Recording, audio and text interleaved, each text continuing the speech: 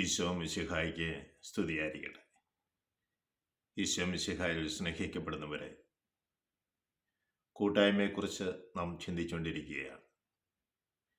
ഫിലിപ്പിയക്കാർക്ക് എഴുതിയ ലേഖനം, പൗലോസ് ശ്ലീഹ ഫിലിപ്പിയക്കാർക്ക് എഴുതിയ ലേഖനം 2-ാം അധ്യായം 1-2 തിരുവചനങ്ങളാണ് നമ്മളൊന്ന് ശ്രദ്ധിക്കുക.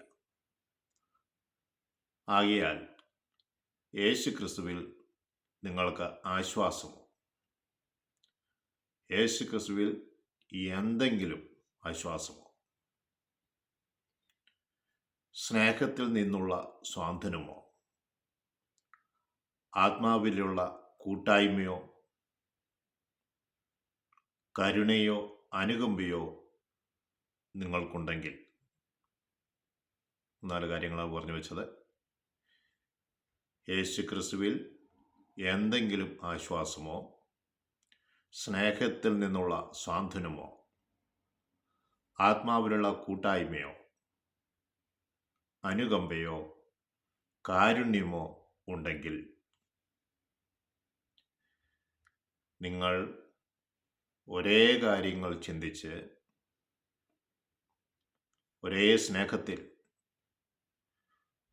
ഒരേ അഭിപ്രായവും ഒരേ മനസ്സുമുള്ളവരായി എൻ്റെ സന്തോഷം പൂർണ്ണമാക്കുക. Praise Lord. അപ്പോൾ കൂട്ടായ്മയിൽ ഉണ്ടായിരിക്കേണ്ട കാര്യങ്ങളെക്കുറിച്ചാണ് പറഞ്ഞത്.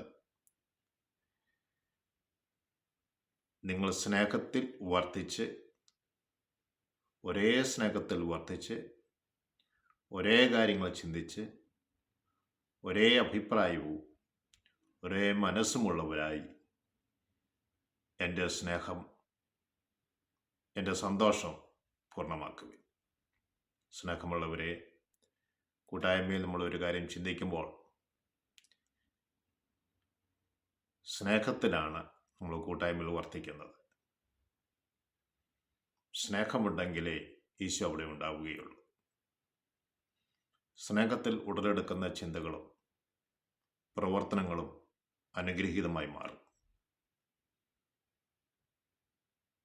നമ്മുടെ ചിന്തകളും നമ്മുടെ അഭിപ്രായങ്ങളെല്ലാം ദൈവസ്നേഹത്തിൽ നിന്ന് ഉയരട്ടെ.